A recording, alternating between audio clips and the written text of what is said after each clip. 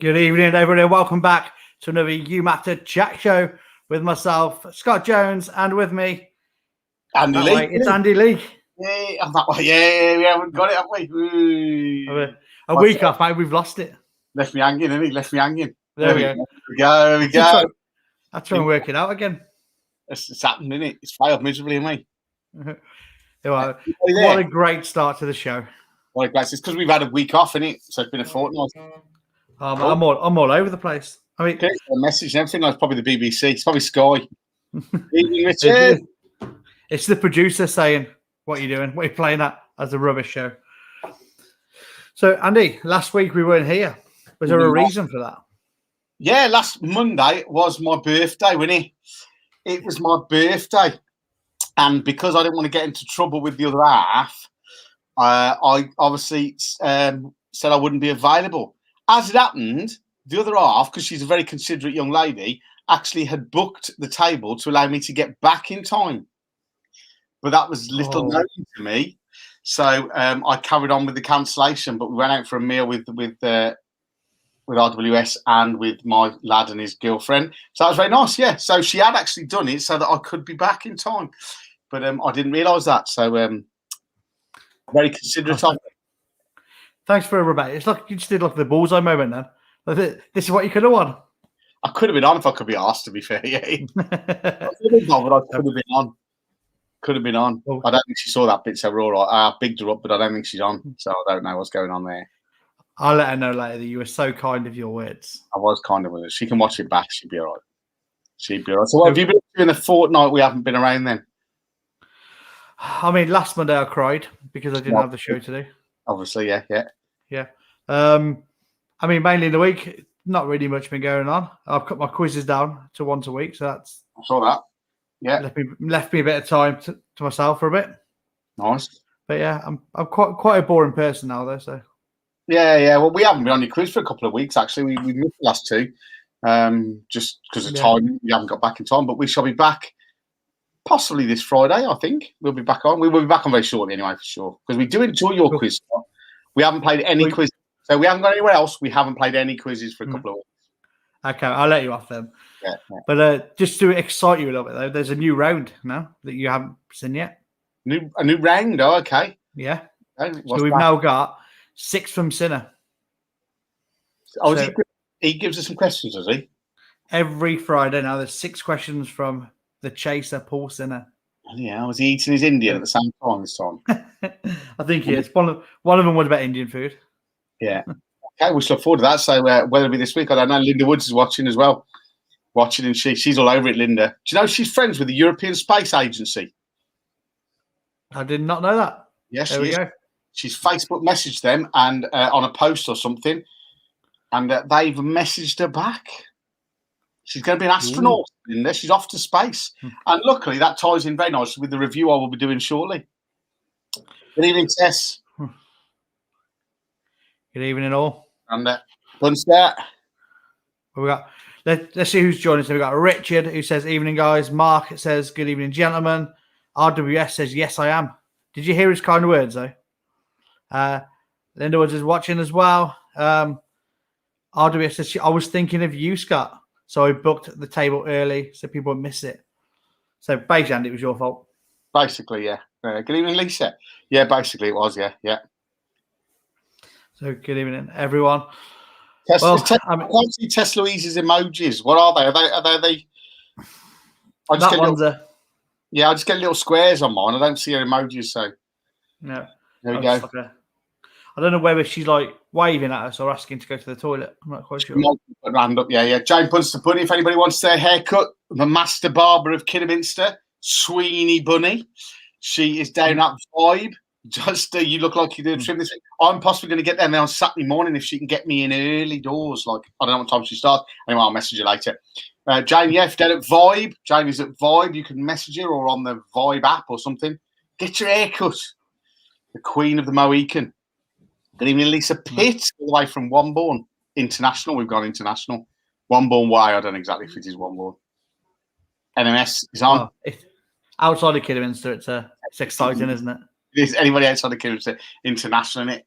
NMS is on. She's here as well. Look at her. all excited and everything. Well, welcome everyone. So we have got a guest joining us tonight who's waiting in the wings. He's already there, isn't he? Very He's excited. been, yeah. Cleverly, look, she's cleverly, she's posh. She has to throw it in there. No one likes to show off, Lisa. No one likes to show off. It's Bridgenorth, it's Arley, it's Alveley, it's the same as all the others. Don't get showing off on one big house and she thinks she's the queen. Jeez, eh? Well, talking of showing off, I think it's about time I showed off my t-shirt because we've got a guest on tonight. We've got we're going to do a bit early on the stuff, so it's nice to see you all on Bright and Breezy. We've got a t-shirt review, and then I do have a review that's cold because I don't know anything about it. Hold on, I've got to find my music for your review, Scott. Here we go. Well, I'm ready. Are you ready, Scott? I'm ready. Is everyone else ready is the question, but I'm ready. It's time, early doors, but it's time for Scott Tease.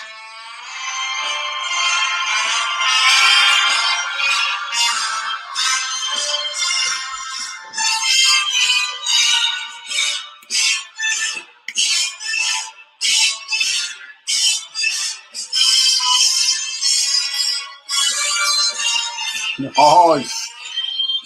Yeah.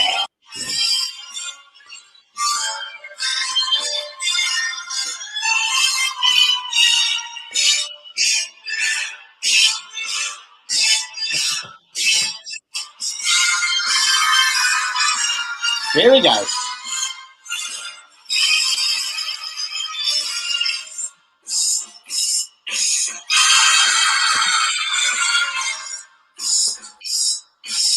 There we go, ladies and gentlemen. This week's Scott Tease, brought to you with Scott Jones. It's a recycled one, but it's also a factual one. It's fantastic body inside. It is a factual one. He's like a Russian doll. He is. He's full of himself, and he's like a Russian doll. Hey, come on, look at it. Fantastic body inside. Someone's got to love me. Mate, we all love you, Scott. We all love you. You're a legend. Legend, man. I disappointed myself a little bit there. Why? I came in too early again on the second-hand thing. Every week, you've got to. I'll have to give you like a sort of a. If you give me a nod, yeah, some sort of nod. Say they're coming up. The jazz hands are coming up, but it's a bit special. That'll be good. Happy days, fantastic. There we go, Scott Tease for you for another week, ladies. Hope you were all impressed with that. There's a few impressed there by the look of it, which is good. It was a bit early, NMS for a strip, but we're changing things up a bit tonight because we've got a guest joining us very shortly who's waiting in the wings as we speak. But RWS says it's never too early. She says it's never too early. I noticed there that Lisa Pitts, she's fur coat and no knickers because she lives in Claverley, posh place. Premature gesticulation, Scott. Premature gesticulation. So it sums me up all over, to be fair. Didn't you go to a meeting about premature gesticulation the other night? I did, but I turned up a day early. Yeah, I thought so. Yeah. Hey, we got it. 5-5. High five. Hang on, wait that way. Yay. Didn't even plan that. I didn't even plan, not even scripted. Took the comment, took the audience, bantered with the audience, and created our own little bit of two-way, three-way, four-way, who knows? Whatever way we're there. Whatever way, we are there. All over it, weren't we? All over it. Unscripted banter. Boom, says Jane Bunny. Was Jane. So I think, Andy, because we're obviously trying to get things done quickly, it's time for an Andy Recommends, isn't it? I'm ready. I have got. Okay. Well, I've got it here. I've got it. Okay, I'll bring you in. Do it. Ladies and gentlemen, it's time for Andy Recommends with your recommender, Andy. That's me. That is. Thank you very much for that wonderful introduction, Scott. Well, this week is very special because this week is related to my birthday of last week. Many of you, or some of you, will know of my interest in the universe and the stars and the moon and the factual stuff and the SpaceX and all these amazing things that are going on in space at the moment. And I could sit and look at the stars for hours and hours, and it just fascinates me, the numbers and the mileages and the light years, all that wonderful stuff. But for my birthday, for my birthday, I have got the lovely RWS bought me, as well as some other stuff, all moon related. She bought me astronaut food. And I'm going to just break this off here. I'm just going to look away a little bit funny because I'm going to put that there. Oh, no, I've lost the picture. So I'm going to put that there a minute because I want to see that. Right. Astronaut food. Right. Now, sorry if I'm not looking at the screen. It's because I'm trying to work out what's going on. Right. Okay. So astronaut food. This is genuine NASA food. And this one is a Neapolitan, obviously, ice cream. A Neapolitan ice cream. Now, to be honest, I should have my glasses on. And it's used by NASA. Used by NASA for the space trips. So I'm really excited. I'm a little bit sad, though, because I'm going to open the only one I've got tonight live on the show. And it is deep. I'm going to read the product description for you. I'm going to overview it. It's freeze-dried ice cream, basically. And I'm reading this, so I'm sorry if I'm not looking at the screen. And it's been on board space missions since the early Mercury missions. And they continue to be used by NASA today, as well as other, obviously, freeze-dried foods. So the process is done over hours and hours to give you a perfectly freeze-dried ice cream slice. It's 120 calories, and they are certified space technology insignia on the package there to indicate that they are the same range as used by the NASA astronauts. I'm not talking very well because I'm really excited. The brand Astronaut Foods was created in 1975 in conjunction with the National Air and Space Museum in the US to provide authentic foods that have been to space to their museum customers. So this is genuine NASA food. And I'm going to open it now. And I'm so excited. You wouldn't believe. Honestly, I am well chuffed. So I'm going to open it the same way they would. Watch me, Scott. Scott, get back with me. I've joined on this because I wanted to first of all say I've never seen you so excited. Honestly, I am so excited. I'm sad because it's the only one I've got, but they are available. It is actually available on Amazon, obviously, as is the rest of the world. It's available, and there are millions and millions of different flavors and different foods. If you just type in astronaut brand food on Amazon, there are loads of different foods and things that they use to send to the space station.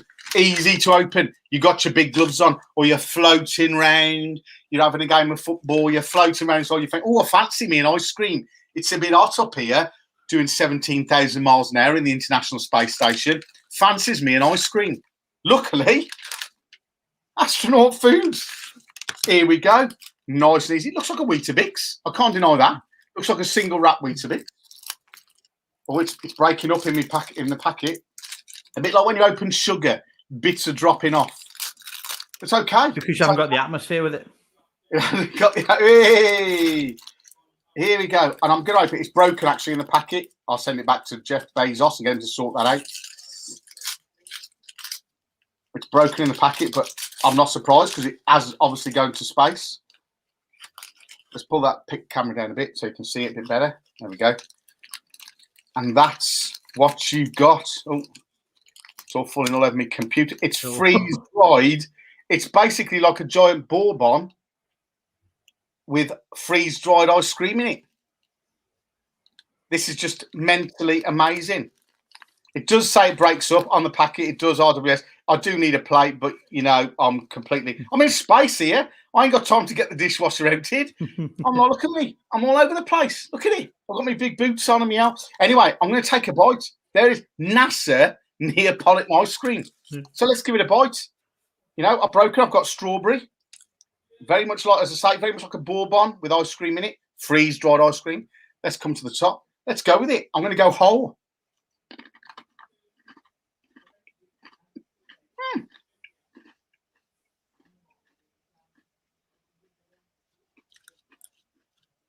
Very crunchy. What we saying? Yeah. He's got a thumbs up from Andy. Very, very crunchy. Very dry, obviously, because it's freeze-dried. But very, very flavoursome. That is definitely a strawberry bit. But I do need to go chocolate. Oh, you got to go chocolate. So if you were in space right now, would you be happy with that meal? Yeah. I'll be sat. I'm in deck chair because I'd have a deck chair. I'm in deck chair looking out the little porthole window at the world, at Earth. I'll be watching you doing this show, Scott, from up there. 250 miles up, 17,000 miles an hour. I'll be looking at my little window on my deck chair, like that. I'd probably have one of them chairs with a hole in the arm just to put me me freeze-dried ice cream in. And I'll just be watching this show. And I'll be as happy as Larry. Good. Yeah. That's great to hear. I will say that I think RWS has done a great job there. She's really put a smile on your face. Absolutely amazing. Charlotte, you're asking there, do you have to keep it frozen? No, Charlotte, it's freeze-dried. So the process dries it. It's completely dry. It's not going to melt. It's not going to do anything. It's completely dry. So it's not frozen in the sense of putting our food in the freezer. It's a process that just takes all the moisture out of it and makes it dry so you can eat it ice. And I am now, obviously, I think I can fully say I'm actually an astronaut. Well, I think so. I mean, you can do everything an astronaut can do. There we go. Oh, brilliant. Fantastic. Well, there you go. That was Andy Recommends, and it was astronaut food, an ice cream sandwich, which he does recommend. Very much so. Happy days. Love that. That's the best Andy Recommends you've done for yourself. Like, I've never seen you enjoy one so much. I was very much in two minds that one because the sadness of opening it. But that is a lovely bit of food. They are available on Amazon. Just type in astronaut foods, and there's loads of ranges of ice creams and all sorts of things. Frozen strawberries, all the food that they genuinely have to eat when they're floating around watching us. Amazing. Yeah, that's amazing, isn't it? One small step for Leaky. Amazing. Well, I'm glad you've had that moment. I'm pleased for you. I've just got to put that bit in. RWS there, put the bottom, Star Sailor. Star Sailor is actually the Greek and Latin translation of the word astronaut. And I think they should call us Star Sailor. Call us, me, obviously, Star Sailors. It sounds so much nicer than astronaut. So I'm officially now a Star Sailor. Uh-huh. Perfect. Thank you very much. Well, Andy, thank you for your recommend. Your wisdom, as always, is I mean, we're not worthy really of your wisdom, but you give it us anyway, which is fantastic. Been to the moon, and Andy, we've got a guest. I know. We've got a guy. I don't know him technically. I've met him once. John came on the show a couple of weeks ago, about 3 weeks ago, and I contacted him, John, because he made a comment about working within the prison service, something I quite fancied. So I messaged him. Didn't know him. And we got chatted, and I went and had a social distancing cup of tea with him. And he's a very interesting man, very community man. So, yeah, we asked him to come on so we could just chat about the community and the things he does. And there he is. And welcome, John. Look at him all shocked. Look, he's all shocked. Fame at last. I think he's in the prison. There we go. Wow. Can you hear me all right? We can. We can, yeah. Oh, what an honour. An absolute honour. A little bit disappointed, Andy, because when you did that food tasting, I thought you might play that music, that goes ground control to Major Tom. Oh, yeah. Commencing countdown, engines on. It's funny you should say that tonight, John, because on the way home with my lift share, the guy who I was sharing with saw a landscaping van called Ground Control, and he said they must have had the phone calls, haven't they? Yeah, they must have had the phone calls, haven't they? Yeah. There's not a lot of grass cutting to be done on the moon, though, is there? No, there isn't. It's very barren. So they got to stick to planet Earth, I suppose. Well, to be fair, if I was going on them, I'd probably take a bucket and spade and a windbreak because that would be much. So thank you for sending me the script, Scott. I've studied it all day, and I've memorised most of it as best I can. But you do have to understand, I'm not a young man, and my memory does wander a little bit. So some of the stuff you put in there is a little bit open to misinterpretation. And I work with Andy every week. It's fine. I'm used to it. But I've done my best, I've done my best. And hopefully the people listening to this load of rubbish will think, oh, well, at least we've had a smile, you know.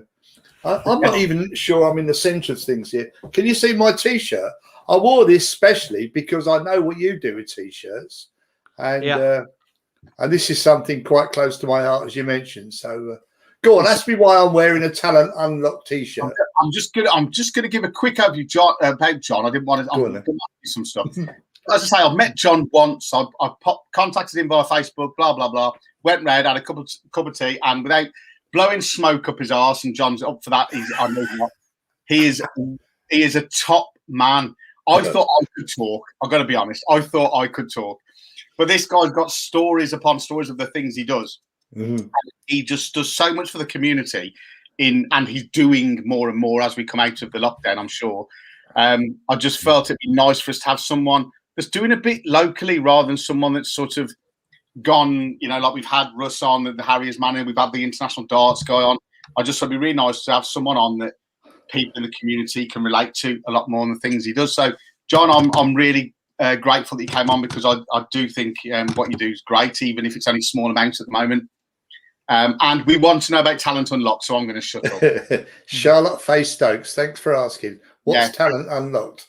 Well, I'm Talent Unlocked, really, aren't I? When you think about it, you know, this man has talent that he's gained through his lifetime, and it's now unlocked. Anyway, to be serious, what is Talent Unlocked? In the prison system tonight, there are probably something approaching 75,000 men and something around 4,000 women banged up for various periods of time, from a few weeks to donkey's years. And what Talent Unlocked did, it's a charity that has been around for many years, and it takes something of the, what can we say? It takes different bits of entertainment, if you like, into prison.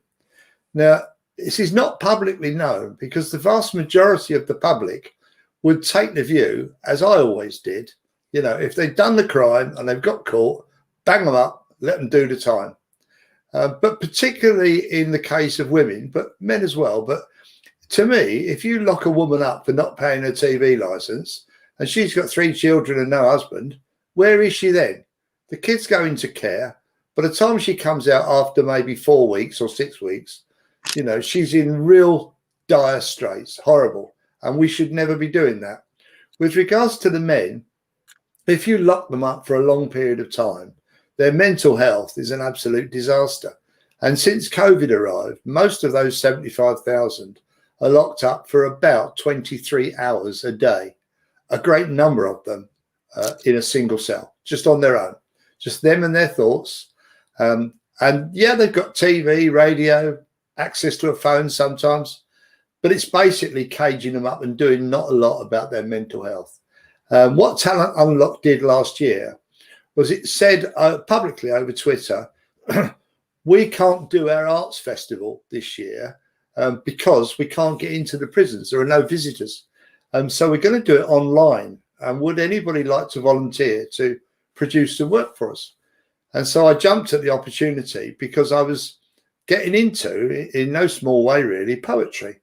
And I offered to do some programming for them. What it came down to was that the lady in question, Dr. Jackie Norton, who is employed by Leicester University to put together a lot of stuff, but no, this particular festival, she'd got 8 half-hour time slots on what's known as the Way Out TV channel. Now, what Way Out means, you know, this is your way out of prison. It's normally used for education. But she'd got half-hour slots on a Sunday night for 8 weeks running, spread over the Christmas and January period.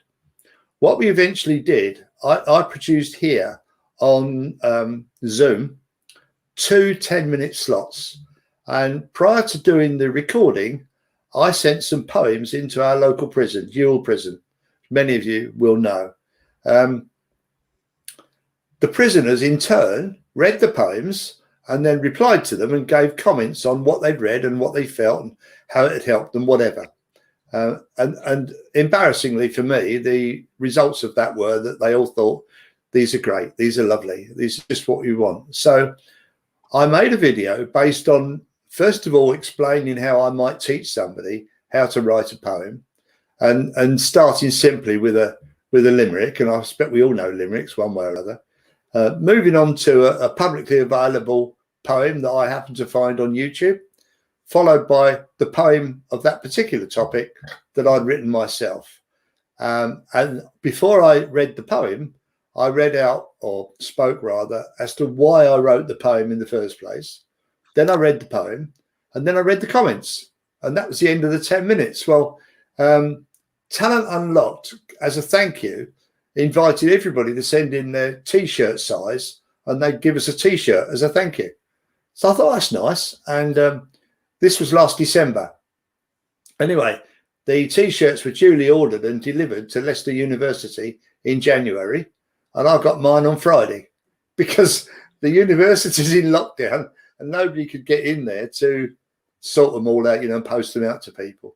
So I just thought, because of what you make of T-shirts, Scott, and because I wanted to talk about this Talent Unlocked a little bit, it was appropriate to wear it, but it's not the sort of thing I'll wear very often. But the whole topic of taking poetry into prison is the scheme that I'm working on at the moment. And what I'm suggesting to prisons, and I've got two so far. I've got Hewell themselves, and I've got Lay Hill, which is down in Gloucester, that are saying to me, come and talk to me, come on in. I'm going to go in for 13 weeks, 1 day a week for 13 weeks. I'm going to teach the inmates how to write a poem. Now, bear in mind that some can't read and write anyway, so they'll have to work in pairs. I don't mean disrespect to anybody, but a gypsy in prison is unlikely to be able to write. And I could tell you stories about people I've met, So they can pair up, they can work in twos. So what we're going to do is produce a small book of poetry written by the residents. The funding I've got, which comes from the National Lottery, incidentally, I can only say that today because when I received the funding to do it, because of the election, I wasn't allowed to say who'd given me the money. But anyway, it's the National Lottery. They funded it. So we're going to produce a book for every inmate. So every resident of a prison that's contributed will become an author because he'll have his own book, and I'll have signed it as being an original book. And we plan on doing 40 residents per prison, and we want to do 3 prisons. So over the space of the next probably 9 months, about 120 people have every opportunity of doing this. And then we'll offer the book for sale through Amazon or whatever. I don't know how you sell the bloody things. I've never done it. And whatever profit it generates, the men themselves can then have a little election and decide which charity is going to benefit from the money. It might be more than one, who knows? So prisoners in prison are quite charitable people anyway, because they're having a hard time of their life and they like to help others if they can. So that's a general drift of it. So anybody on here who would like to talk to me about prisons and prison contacts, and anybody who might be in there at the moment or whatever, that's really where I'm coming from, and that's what I do. So I hope you've enjoyed that little story. Yeah, it's fantastic, John, and that's something obviously I didn't know necessarily about the Talent Unlocked. We spoke about many other things when we were there. There's one story, John, you told me that really stuck in my head, and it's only a short one. Okay. And it's you go into the prisons. You've gone into the prisons, haven't you? And you've done like Elvis tributes, and you read your poetry, and you touched on the fact that your mom was a massive writer of poetry, and that's where you got back into it yourself, and you read a poem. There's one that just always sticks in my mind from that hour. It's this: you read a poem out to a load of inmates that were listening to you. Yeah. And the wonderful thing about what you were telling me, John, is you completely detach from the crimes that some of these people may have committed. And I love that. Some of these guys have committed crimes that they shouldn't have committed, and we're not going down that path. But you completely detach from that. They're human beings. They are doing their time, but they are still human beings with potential health issues, and we don't want them to recommit. So if we can do something to help. But you told me a story about, I think you'd read a poem about your mom, and the guy in the audience who was obviously the main man in the prison, and he was guy. He was the guy you crossed the road from. He was the guy that looked like he'd had a fight with everybody in town, and he was a big guy. Just continue that story, because that for me was how. Was it a good story? Was it? I just think it was just so important about having how words can affect somebody in a situation. And as I've said, some of those guys probably deserve, that they've committed crimes that just aren't. But you detach from that, and then you gave these words, and I just remember you telling me about this guy that got up, and you were like, "Oh my God, what have I done?" And that's a lovely little story about how words can hit people hard. I know the story well, and of course, and I'll repeat it, Andy, for the sake of the audience. Yes, so the very first time I ever went into prison was Leicester Prison, which is high security, very, very old, built in about 1850. And the governor there asked me to go in and see, at no cost to the prison, by the way, I just did it, see whether the men enjoyed what I did. So I found myself there one Saturday morning telling the story of Elvis. So the whole idea is that you tell the story of Elvis's life and you interject Elvis tracks along the way. But it's not just Elvis's life. So those of you who know a little bit about Elvis will know that in 1958, Elvis went into the army. He was conscripted. So I was talking to a group of about 25 men in what they call the SEG unit. Now, it stands for segregated. And what these men are is, for whatever reason, it could be the crime they've committed, or it could be their ethnicity, it could be their gender problems, it could be anything. But if they were in the main body of the prison, the men would beat them up. So they put them in the SEG, and in there, they're all got a reason for being there, so nobody beats each other up. So I was doing the story of Elvis. I got in 1958, and I said to the audience, so where were you in 1958? Well, in all honesty, the vast majority weren't born. But I said, let me tell you a bit about where I was in 1958. I was 10 years old, and what my mum was doing in 1958. She worked as a dinner lady at the local school. And it made sure that every time I went for my school dinner, I got more than all the other kids. So that suited me down to the ground.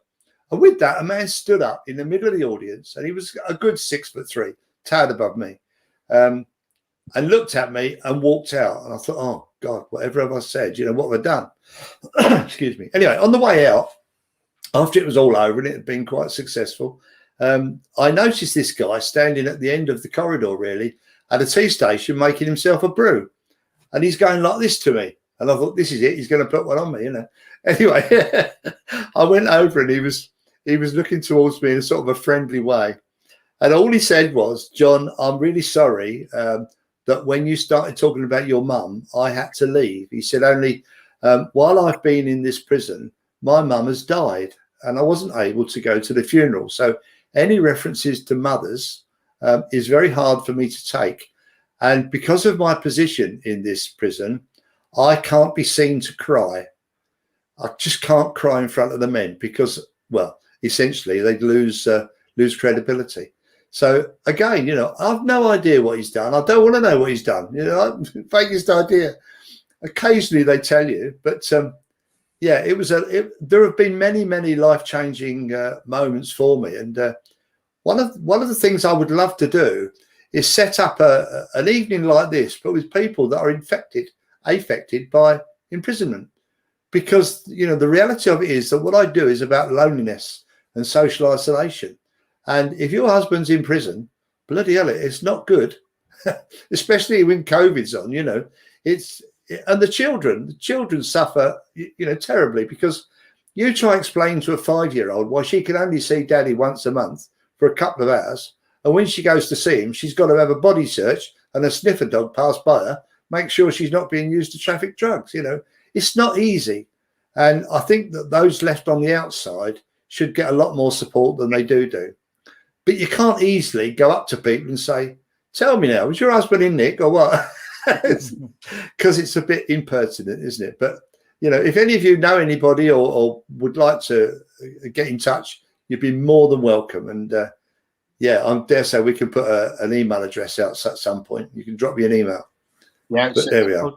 Yeah, John, we have got a question for you from Craig. Yeah. It just says, question for John. What response do you get from the inmates? And do you ever feel uneasy? This is in no way a judgment on any of the inmates.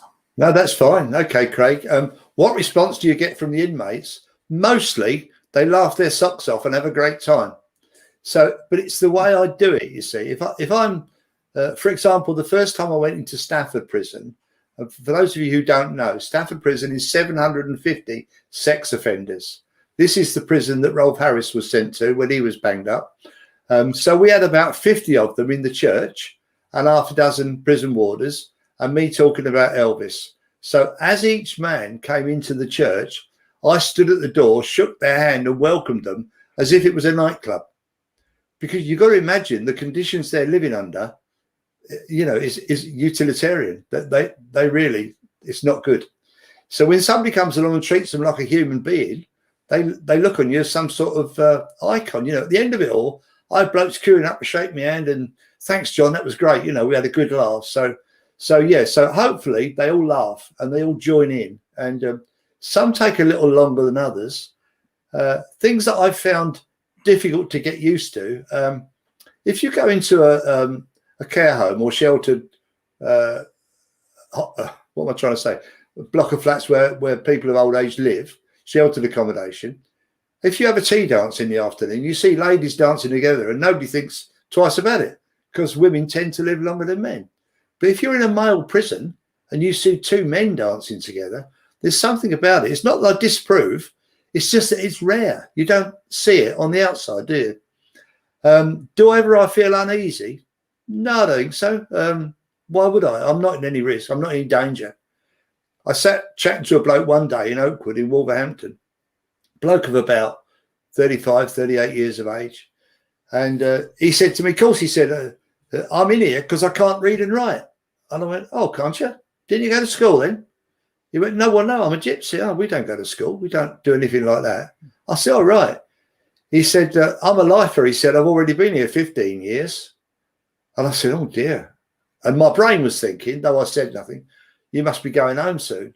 And then he went, no, I'm a whole of lifer, which means the only time he's leaving is when he dies. So what? I've no idea what he's done. I don't want to know what he's done, you know.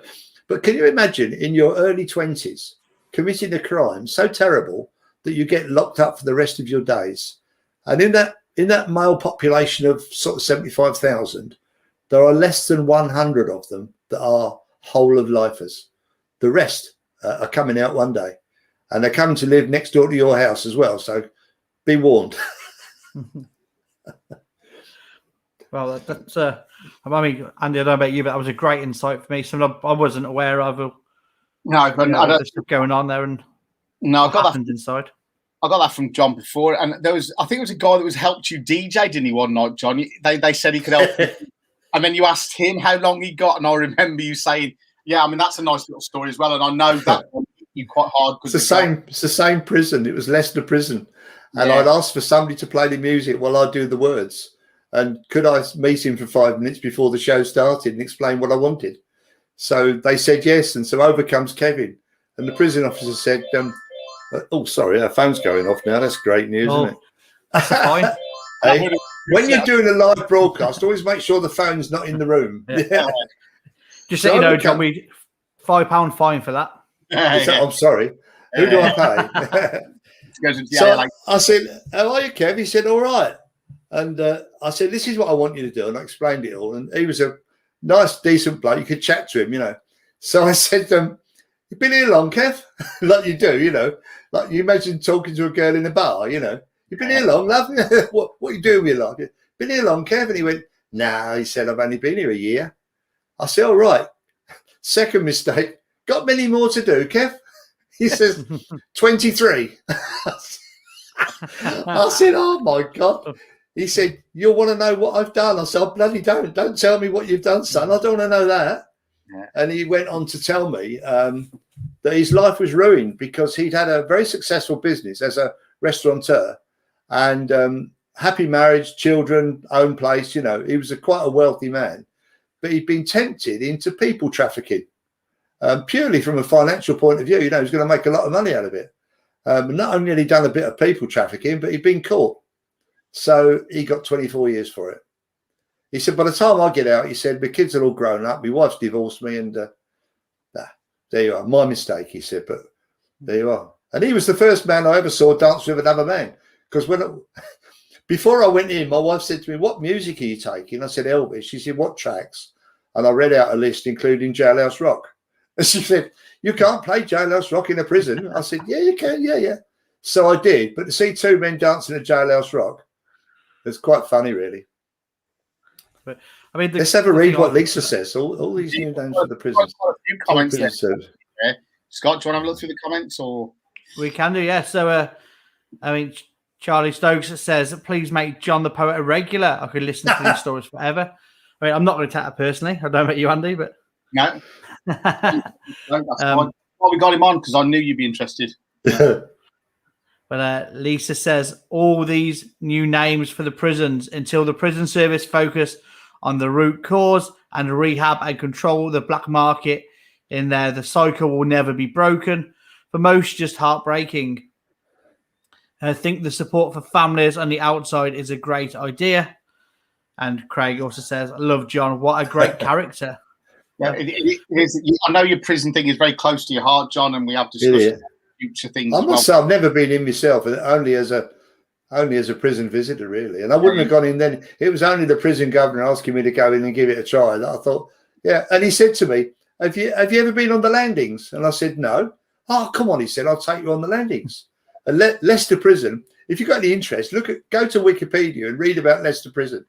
Because they used to do their own hangings there, and it's quite I actually went to the place where they used to do the hangings, and there's a handle on the wall. Oh, wrong hand. There's a handle on the wall. They pulled the handle and the board's open and the bloke drops through the hole and that's it. He's dead and gone. Good night, Vienna.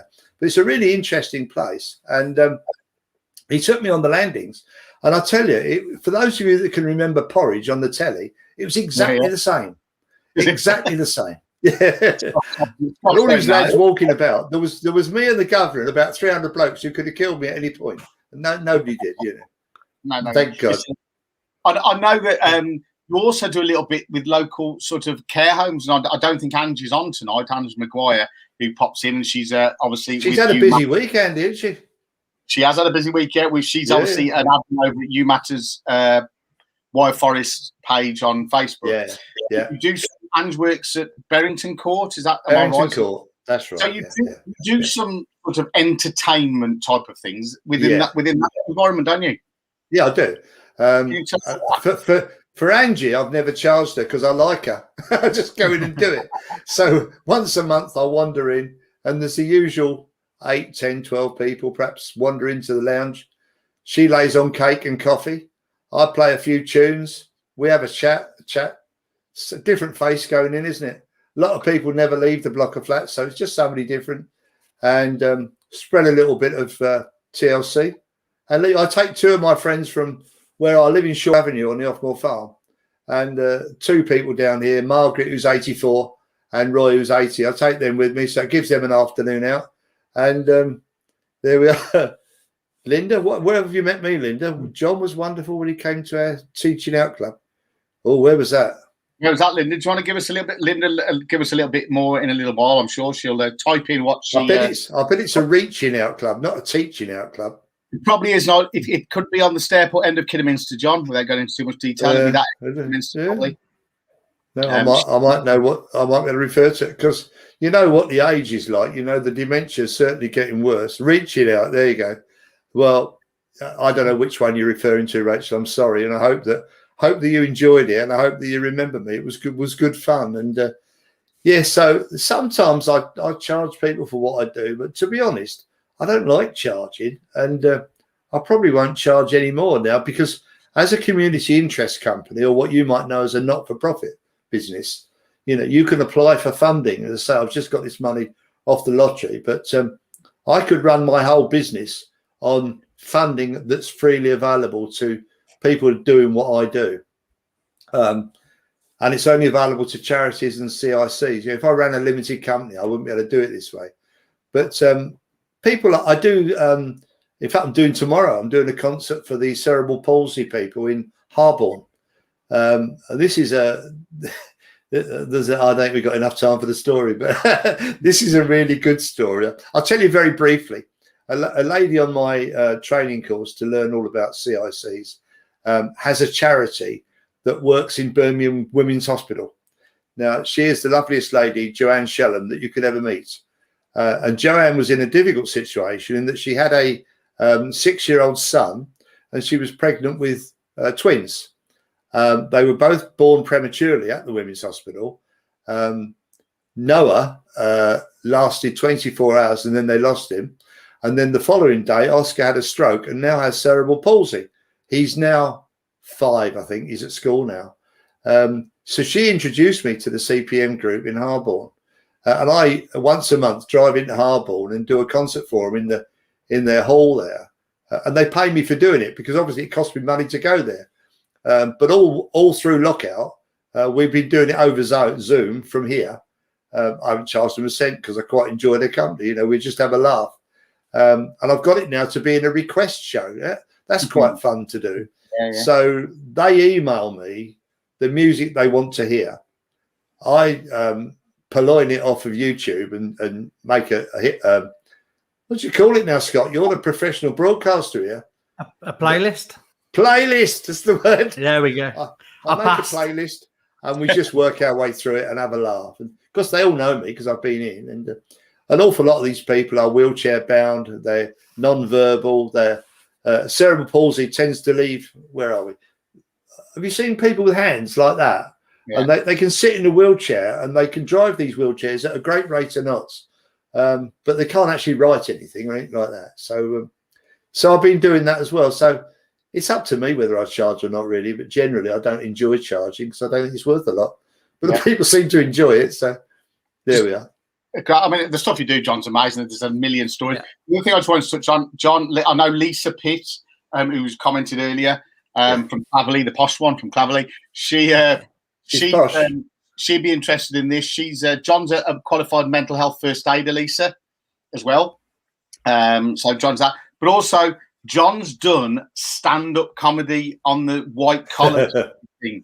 Now, our man over there, yes, Scott, he's down to do one later this year. Scott, am I right?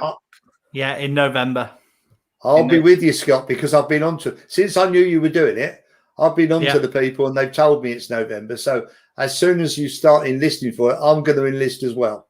Because I tell you, see you there. I tell you, it was the most wonderful experience. So for those of you who don't know, Scott and now John, obviously, John's done it before though. They do for charity. You can have basically a 10-minute slot, Scott. You can give the story. 5. Scott, how does that work, Scott? Do you want to tell us what you're doing?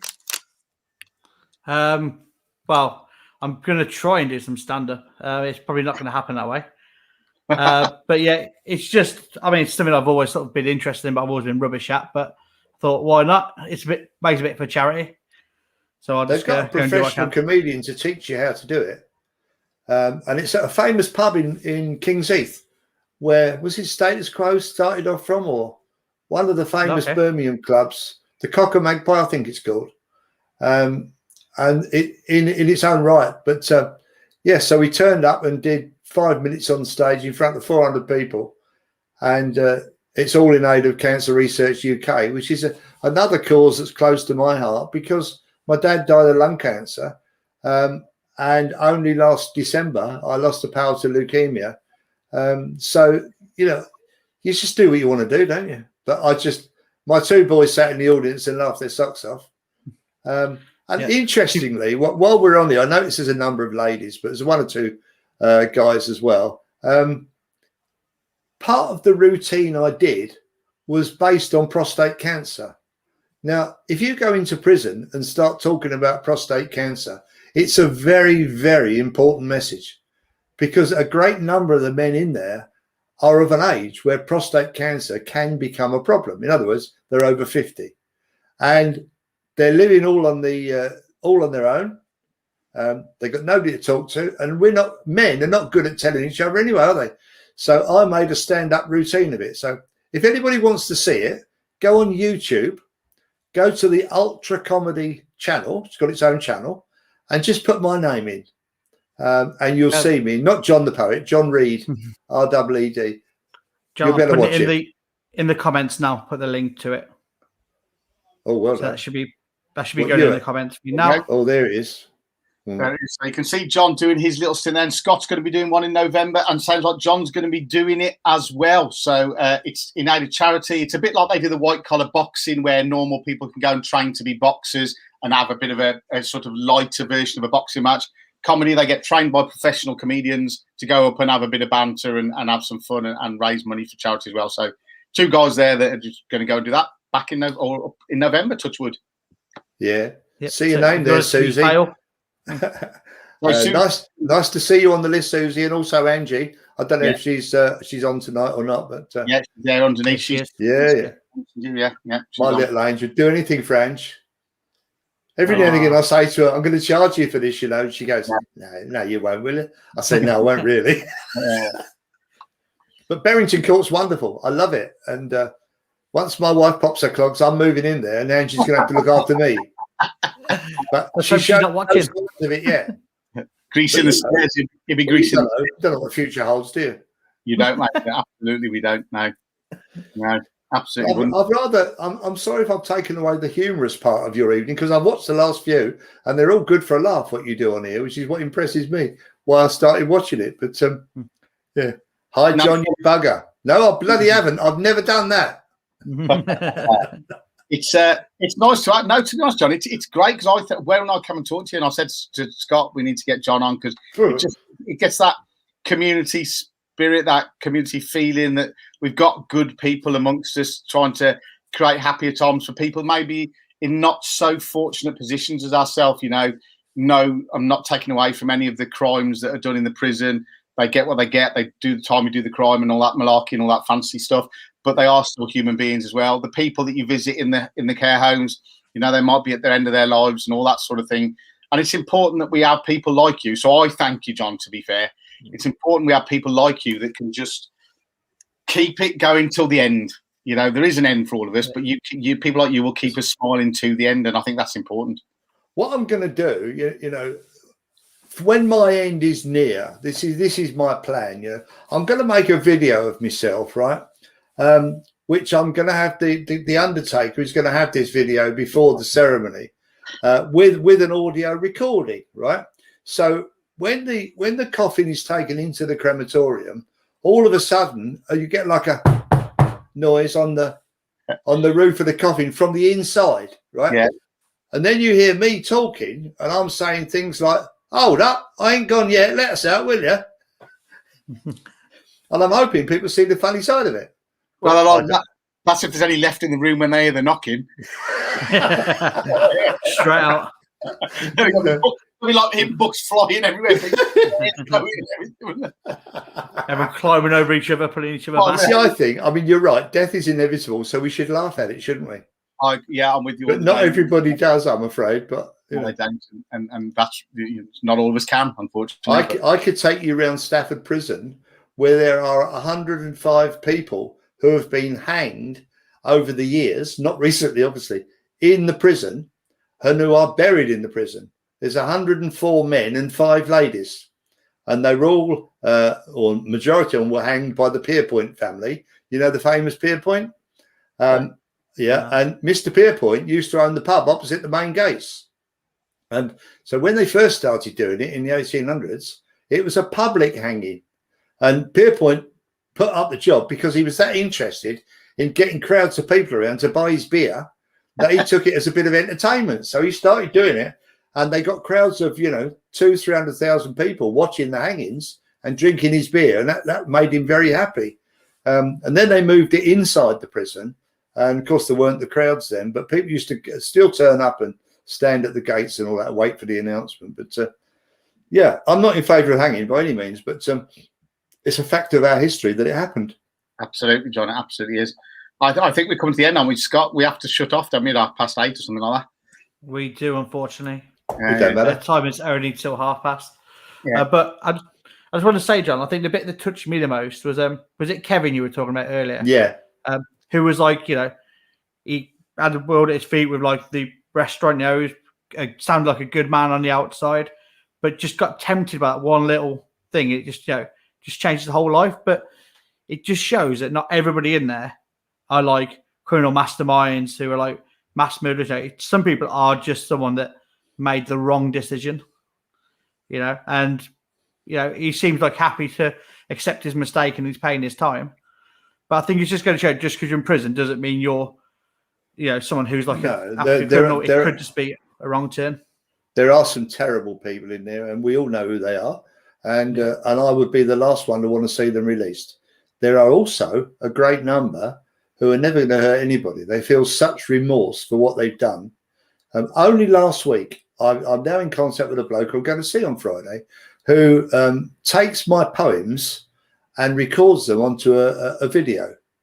And obviously the length of the video is the length of the poem, which may be 1.5, 2 minutes at most. And then puts them on YouTube. And he is an ex-bank robber. He hasn't robbed a bank now for some years. And when he did do, he wasn't very good at it because he kept catching him. But he's now 63. He's in a wheelchair. He lives in sheltered accommodation. His wife's divorced him. He's all alone. And he can't do much apart from these videos that keep him alive. Something to do. So I'm hoping on Friday to take him up a laptop that I can lend him, and it'll make life a bit easier for him.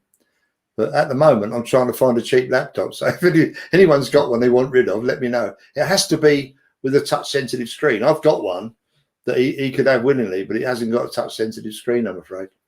Anyway, if ever you want me to come and talk again, you know where I am.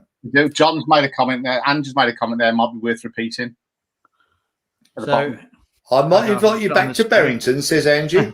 She says everyone jumps. Well, that's bloody nice, that is, isn't it?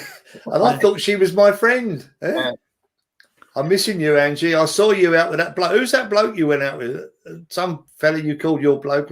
I don't know. He took you out for a meal or something. I don't know. What was I reading on Facebook somewhere? The Facebook group. Anyway, shut up, John. It's all coming out now, isn't it? We'll have those off air, John, and then we can another day and have them stories to drive up. Anyway, Scott. Yes. Well, it is good to them, but just a couple of last comments. Charlie says, wow. I think she's been inspired by you massively, John, from the comments she's been putting on.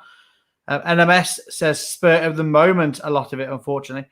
And that's it. Can be like, I've known of people that have ended up in jail because they got into a little pub fight. And it just, I know one bloke once, actually the way he landed and hit his head from a punch ended fatal for him. And the guy ended up having to go in manslaughter. So it's not always malicious, but it's just sometimes an action that just, causes an effect. And those people, unfortunately, have to pay the price for it. But, it just goes to show that, people are good people that can come out. They're not all people that need to stay in there. And I think like what you do, John, is keeping them going while they're in there, keeping them happy. And, they are still paying their time, even if they're having, even if you're going in and helping them with their mental health a bit. Yeah. They're people. They're people. They're humans. I think that's the thing. Yeah. That's 100%, yeah. John, have you got what's the best way for people, without giving away any too much personal detail, what's the best way for people to get hold if they want to? Charlotte's obviously a big fan. She maybe you can jump on the coattails and help. I don't know. I'm just saying. I've got a wife, Charlotte. I'm very sorry. I have only been married to her for 37 years, but I'm staying where I am, You've got prison. Have you got anywhere that people could find you without giving away too much, John? Email me, please. Or I'll tell you what, initially, text me on my mobile phone and send me your email address. I'll then reply to it. So my phone number, if anybody wants to write it down, I'll take this. You can send as much as you like. 07510 51 5103. 07510 51 5103. If you want to follow this up at all, just drop me a text, send me your email, I'll reply to it, and then we're in contact. Can I just say, John, that's very kind of you to put your mobile number on there. Please, people, don't take the piss, because it'll be me and or John that you've got to deal with if you do. But just on calling this on, so please don't take the piss. Please don't bandy that number around. If you want to support John and what he does or would like more information, then please use it sensibly. Thank you. Well, anyway, Andy, I mean, it's not a problem if somebody does take the piss. We send the boys round. Absolutely, we know people. I know a few. We know people to get these things done now. Yeah, happy days. Yeah, no, thank you for that, John. It's much appreciated. You're welcome. Okay, Scott, we've got to wind up now, have we? I think we have, haven't we? We got over time. Have, mate. It is time. We've got a little bit over what we should have. But again, just like I say, big thank you to John for joining us and absolutely blowing everyone's minds, I think, with that. So loved it. Absolutely loved it. Thank you. And to those that are saying, can we get John back? We certainly can. And I believe we certainly will. We will. Brilliant. Thank you. Thank you again, John. For me, I'd like to say goodbye and thank you for joining us once again. Don't forget, we are here every Monday from 7:30 with this and that. Oh, that way. That way. I said that like it was really rude. I went, and that. I didn't mean it to come out like that. Can we do 3? We can do 3. Can we do 3? Can we do it? There we go. I can high five everybody.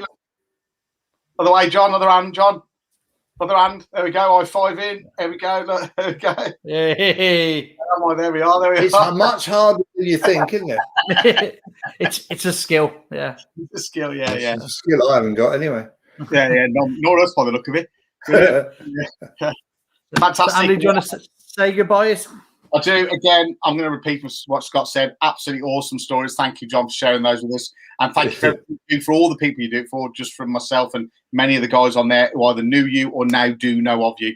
I've enjoyed it thoroughly, Andy. I've been coming to these meetings now for the last 3 weeks or so. And I've always enjoyed the banter. And some of you might have seen me put stuff on here, but what you're doing here is such a worthwhile thing. And I enjoy it as much as you do. So don't look upon me as any kind of god. I'm just one of you. Oh, we don't, John. Don't about that. And then, obviously, Scott, thank you very much for having us on again, Scott. Happy days. Well, thanks all, and good night for a week. Bye-bye. See you.